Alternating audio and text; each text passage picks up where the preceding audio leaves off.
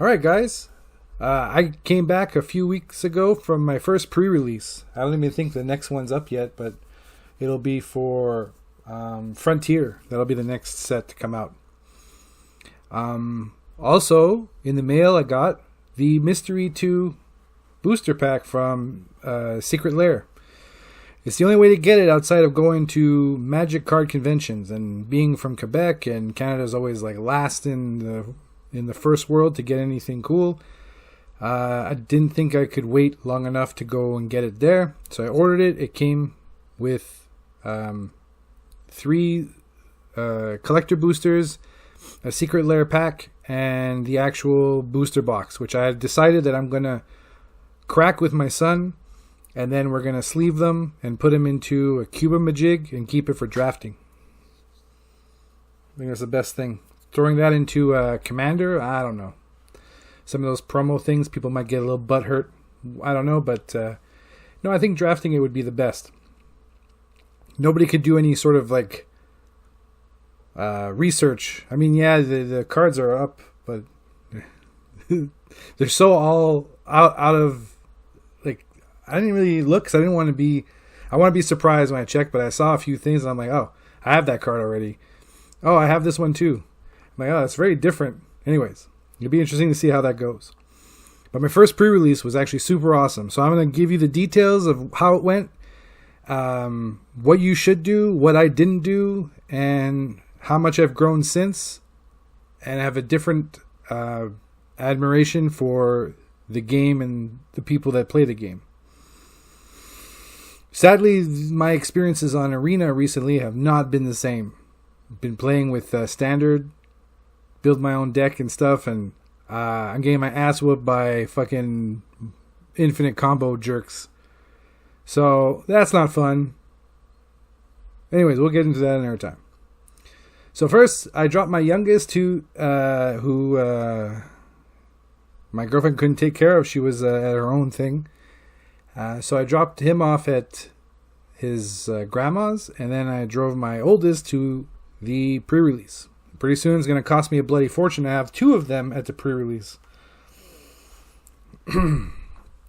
Yay.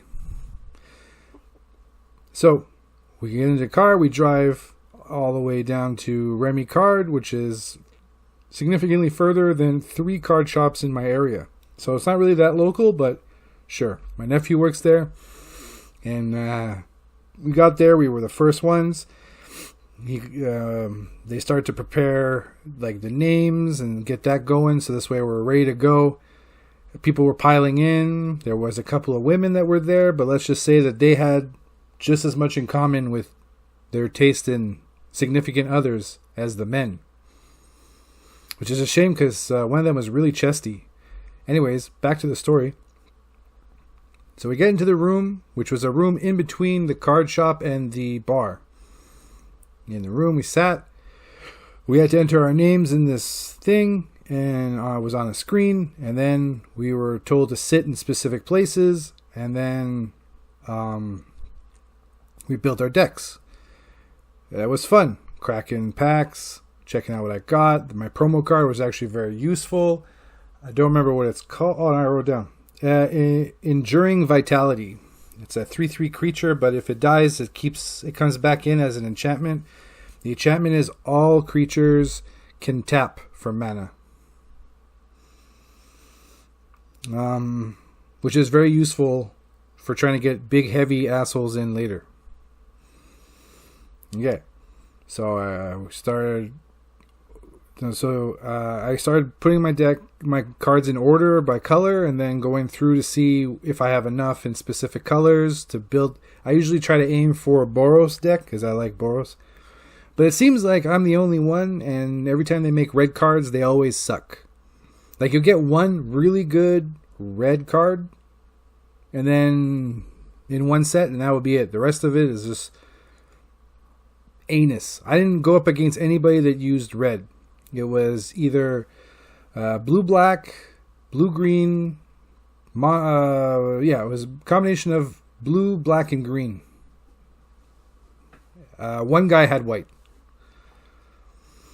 Not on my table, at another table. So I built a Golgari. And I did my best to keep it as synergetic as possible. We get to the rounds. First round. Oh, no, wait, hang on. The atmosphere. So the dude next to me was a Spanish dude, and he was super nice. The guy in front of him, he was a metalhead who had no idea how magic worked. He was here because a friend brought him and paid for his stuff. So that's good. That's someone who's going to get into it, and the love for horror brings out everybody. I love the art in this set. There's only a little bit of stupid woke shit art with the women looking not very effeminate, but you know, what are you going to do? Some people actually believe that shit is still 2015, but what are you going to do? So we talked a bit, and then there was a dude at the other head of the table, and he had a mullet and a no effects shirt, and he was struggling a little bit too. Me and the Spanish dude tried to help the metal guy a bit with like mana curve and that kind of stuff, and try to explain to him how, you know, you don't have too many heavy hitters. Pick one or two, go max, in case someone uses like destroy things, but you have to do and explain bread, and then we're going to do that in a minute too. So anyways, my first match was against Mullet Core, no effects shirt. That was great. We did our match. I massacred him. Not because I'm really good, just he got land screwed. He built a 60 card deck instead of a 40 card deck, and then that was that. That's all she wrote, and I said, "Oh boy, dude! Like if you." I waited too. I gave him one turn extra, and I don't ever give that, especially in this situation, because it's win. Period. There's no sportsmanship, because there's no way to not be sportsmanlike, right? I can't have some kind of stupid sick combo where someone uses Inside Out with some mirror and some other and the Lyle something, and then fuck someone up royally in one turn. So that being said, he actually, I should really put that for my burn deck. That would be really helpful. So anyways, we went to we did second game. I didn't know it was just 2 games. It's first person to win 2 matches, and then you win the round. I was looking over. I'm like, oh my god, there's still 23 minutes left. What do we do?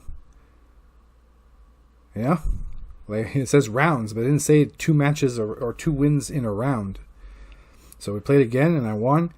And then they had a little break where they gave out the door prizes. And my name came up first. I was like, yeah, me. And he's like, here you go. And I got shields, dragon shield sleeves. I'm like, yay. And my son's like, that's the worst prize. I'm like, it's still a prize. More than half these fuckers, more than 3/4 of these fuckers are going home with just the cards. I'm going home with dragon shields and other stuff. Then my second round, I went against the same guy my son took on. The first match, I could have won. It was a big mistake on my part. I made a stupid error. And the second match, I could have won too, because I made another stupid mistake. My first mistake was when I was bringing in someone from my graveyard. I forgot that I had a 4/4 flying, so I didn't go actively looking for it. And if I brought him in, I would have been able to use him and fuck his shit up. And the second time, I had destroyed enchantment. Dude had an enchantment creature. I could have destroyed that, and that's the guy that ended up winning. But he won due to my negligence. Which would have sucked for that guy, because he seemed like he has Magic the Gathering pajamas. And then the next guy I went up against, and I was actually sitting right next to my son, where he went up against some other dude who had a Rick and Morty themed mat and sleeves. I'm not a big fan of Rick and Morty. I understand the humor, and it's a blatant humorous ripoff, like Family Guy, Back to the Future, right? So I played against this dude, no sleeves, no mat. This guy clearly did not care about his cards, but he was well versed enough to have the cheapest fucking deck I've ever seen. This guy had some synergy like you wouldn't believe. I think this guy was probably one of the few people who rolled his eyes at this set and just came for the shits and giggles. The first round went down to, it was 3 health for me, 1 health for him, and he managed to just finish it off. And then the next round I died, and I think by turn 5, he sacrificed a card and brought it back in with some other spell, and the card was, I didn't write it down, but it's the big heavy hitter for black. It's a 9/9 with ward, non-land permanents, and you have to sacrifice 3. And it has a bunch of other gimmick shit, life link and flying. So yeah, it's like the bomb of bombs, that card. And I lost that match too. At the end of the night, after winning and then losing, I got 1 pack extra for coming, and then another pack for winning. So at Remi Cards, for right now, there's door prizes. There are free packs for anybody participating, and if you win, you get another free pack. How they're making money, I don't know. They weren't more expensive or less expensive than any other pre-release from any other card shop. From Boutique Awesome. Actually, Boutique Awesome, I don't think they got enough people. They had taken off 10%.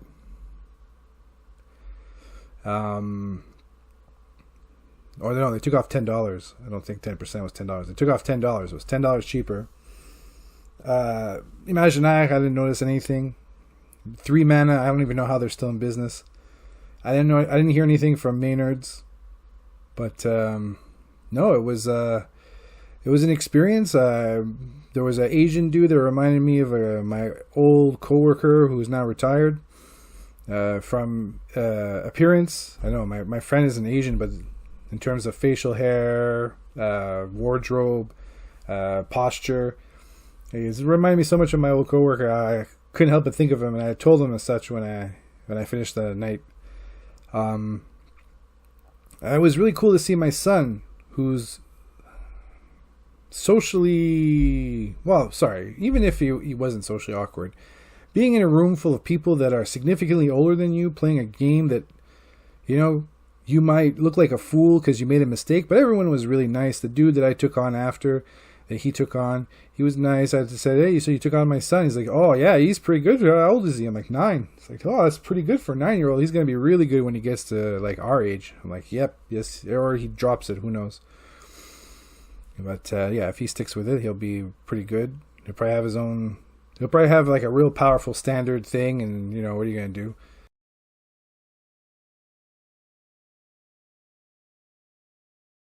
Okay, so for drafting, or whatever it is that you're trying to do, for drafting or pre-release, when you're building a deck with a limited amount of things, you can't really go on Spellbook or whatever it is you need to do to get your cheap combos so that you can obliterate everybody like a cheapskate. You have to actually have skill and understand basic synchronization. So your best bet is to actually go and do research about the set before it comes out, or before you have the pre-release, so you know what each thing is going to do. Each combination of colors and what they're going to do. If you don't want to do the research, you can wait for Delirium Community College professor to come up with the how to do it. He does like with a week in advance before the pre-release, which is perfect timing, but it also means that this cocksucker has these cards well in advance. I'm assuming that Wizards used to or does still provide him with cards in advance, which I guess is lucky for that fuck.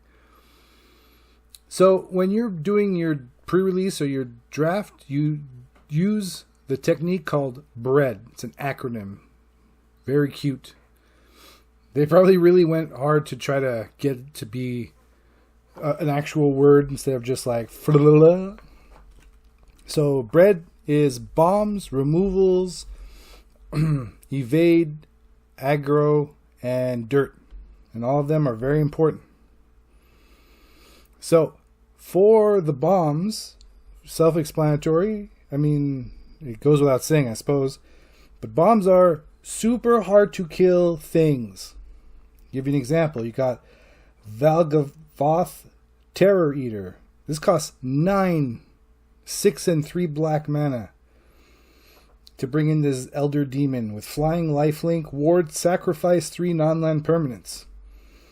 If a card you didn't control would be put into an opponent's graveyard from anywhere, exile it instant. During your turn, you may play cards exiled with Valgavoth.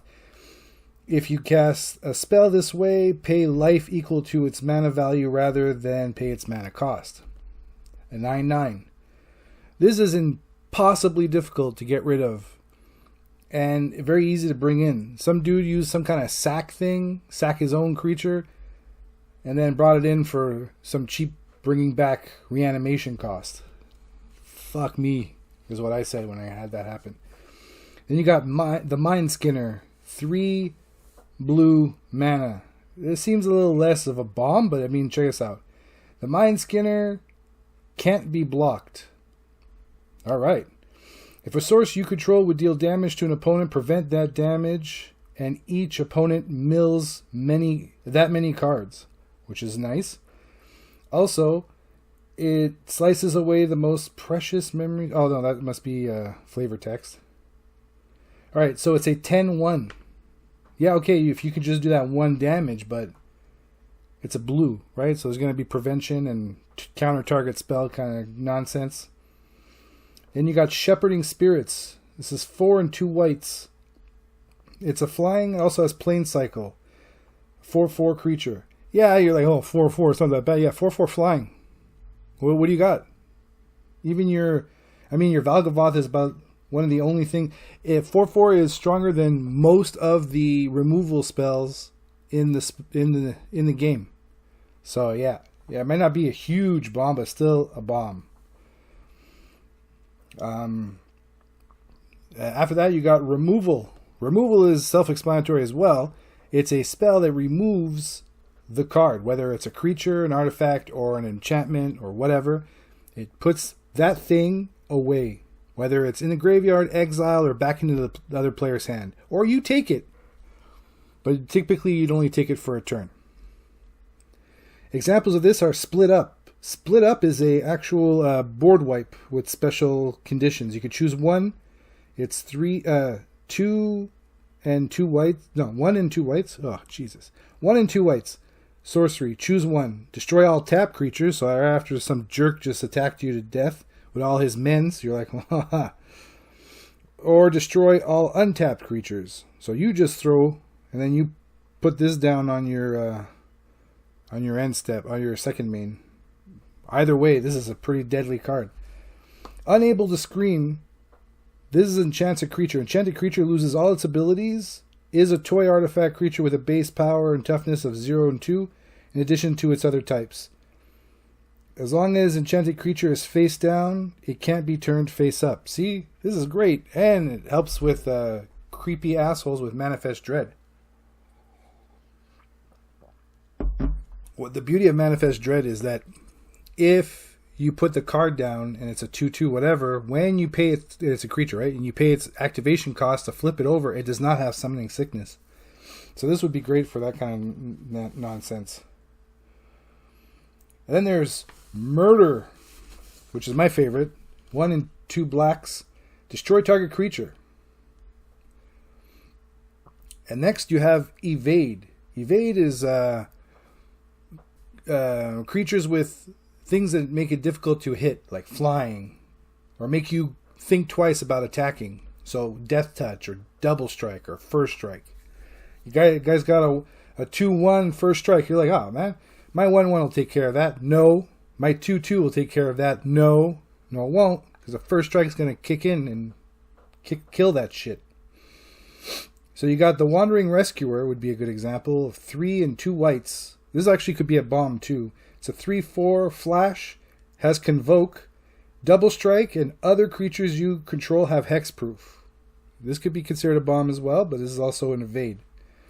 This makes it so all your other creatures cannot be targeted spells. Fear of Falling, enchanted creature nightmare with flying, costs 3 and 2 blues. It's a 4/4 flying. Whenever Fear of Falling attacks, target creature defending player controls target creature defending player controls gets -2, -0, and loses flying until your next turn. And then Crackling Slasher. It's a 3 and a black. Human Assassin has Death Touch. Crackling Slasher enters with a 1/1 counter on it if a creature died this turn. Every death was funnier than the last. The flavor text sometimes is very good. I'm just checking the next one. Oh, okay, Aggro. So the next one is Aggro, aggressive. You want to do damage fast for cheap. So that's usually anything with haste. Haste, or it brings in like 3. You bring a creature and it brings in like. Let's say I bring in a creature and it says Manifest Dread. So that's 2 creatures for the price of 1. Or it says I bring in a creature and it says put 2 1/1 insects. Those things exist. I have it in my deck. So whatever you can bring in that makes it really like that seems aggressive. Anything that you feel like is aggressive. So here we got Fear of Being Haunted, 1 and 2 reds, haste, and it's a 4/2. Fear of Being Haunted must be blocked if able. Razorkin Horde Caller. 4 and a red. Creature, human, haste. When you attack, create a 1/1 red gremlin. 4/4. This would be good too. Give into Violence. Instant. Target creature gets +2/+2. Gains lifelink until end of turn. You turn a normal nothing into something very deadly. And then finally, Dirt. Dirt is what you use to make up the mana curve. You don't want to be stuck trying to not able to bring any creatures in or do anything. So you want to like limit your big hitters, and I'll show you the skeletal structure of the how your deck layout should be in terms of how much the card should cost in mana versus how many cards you should have that cost that much. So basically the mana curve. But these are 2 good examples of Dirt. 2 and a green for Grasping Longneck. Enchantment creature horror. It has reach, and if it dies you gain 2 life. But it doesn't cost much. It's 3 in that zone that you want to have the most amount of cards in, and it's a 4/2. Or Piranha Fly. 1 in a blue. It's a fish insect flying. Unfortunately, it enters tap. It's 2/1. So it's not aggro, but I mean 2/1 block. You definitely kill a 2/2 with that. That ain't bad for the price of just 2. Things like that. You want to limit the garbage you have. Typically, you'd want to make up the rest of your mana curve with aggro stuff.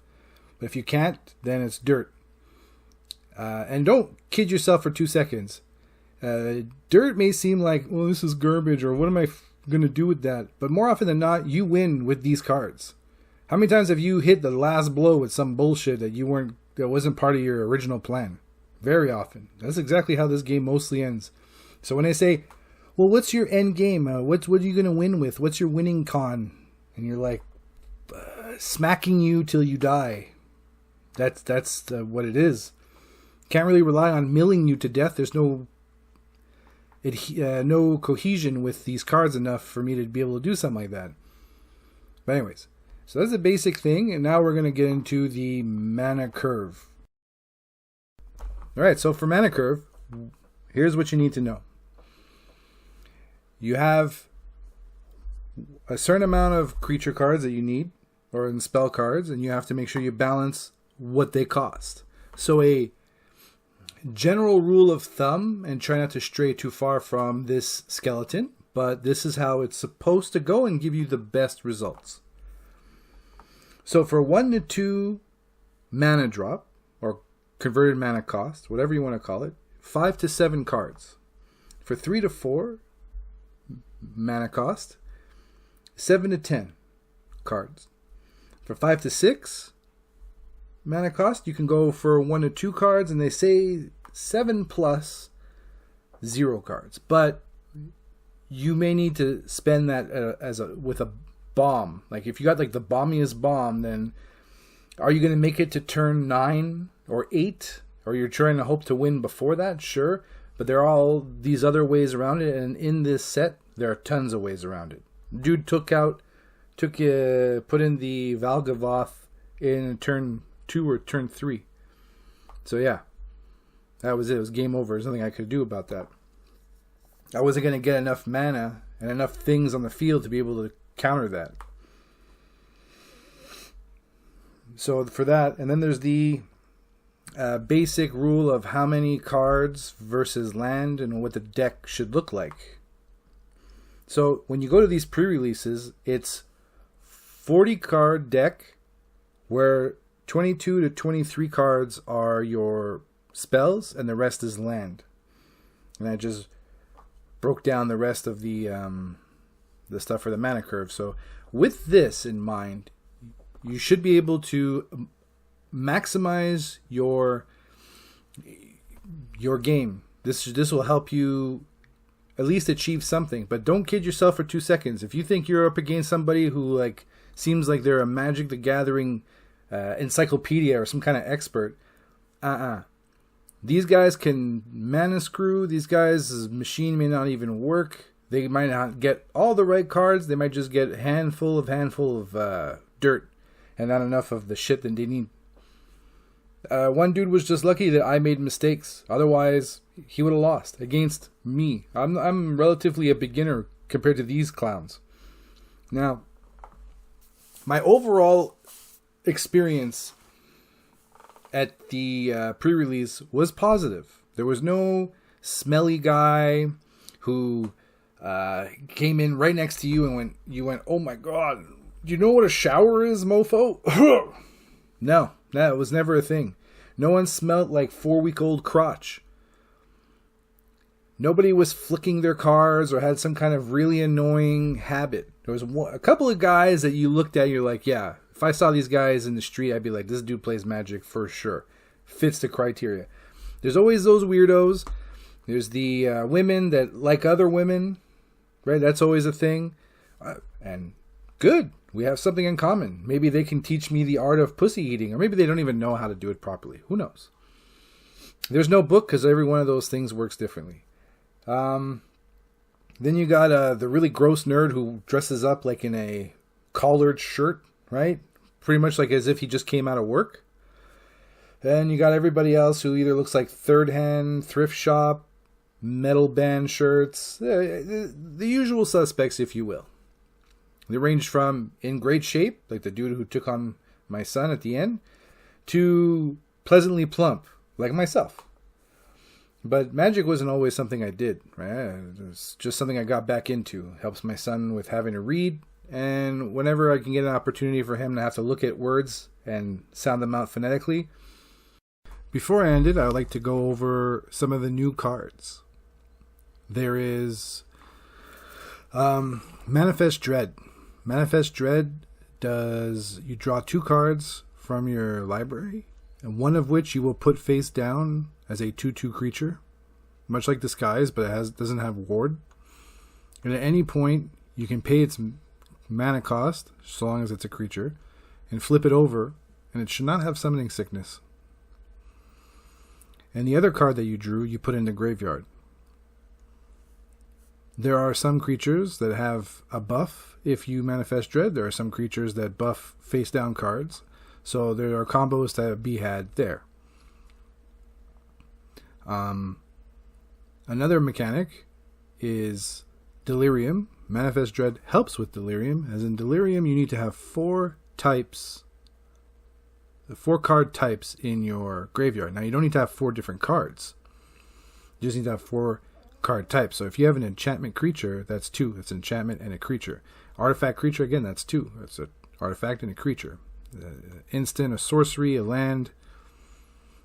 I think that's it, huh?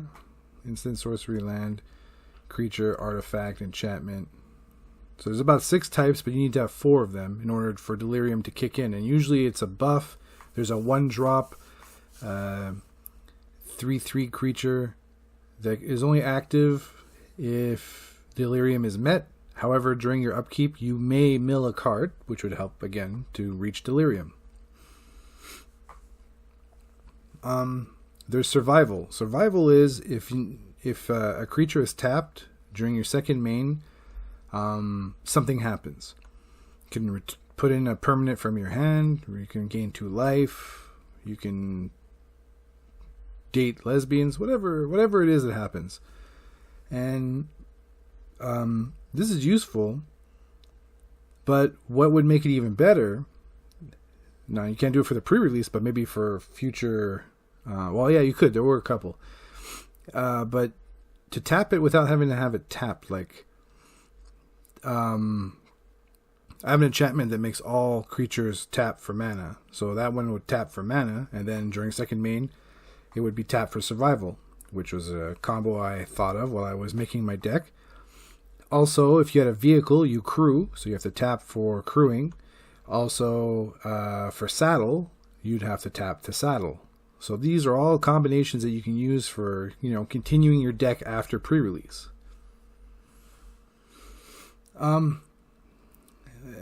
It was cute. It was nice. It came in handy a few times. It didn't win me anything, but with the other things I said, one dude had gotten the vehicle from, and another one had there was only one vehicle, no, 2 vehicles, and one guy had a planeswalker, and I couldn't believe it. But it was like it had ninjutsu. I'm like, what? Anyways, the other one is Impending, and Impending is I could say it's Impending 3. You pay a significantly less amount of mana for it, but you have to wait 3 turns. Right, there's a time counter put on, and either at the end step or at your upkeep, you have to take it off. Delirium, survival. There are rooms. Rooms are cool. They're enchantments that have 2 sides, so like those double spells, but instead this is double enchantments. So one room will come. You could pay, if you pay all of it, both mana costs on the room. Cool, it comes in and they're both open. You open one room because it's necessary and it's better. Then you open one room and the other one's unlocked for you to open whenever you want. Well, for sorcery, right? It's an enchantment. Those are a cool new thing. I liked it. And I already mentioned Delirium. Eerie. Eerie gives a card some kind of extra benefit should an enchantment enter the battlefield or a room be completely open, which is just another enchantment entering the battlefield. But I guess to avoid any kind of confusion, there's that. That's great. Some creatures get a buff from it, and it's very nice.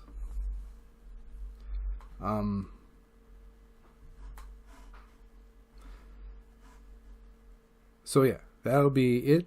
Those were the new mechanics.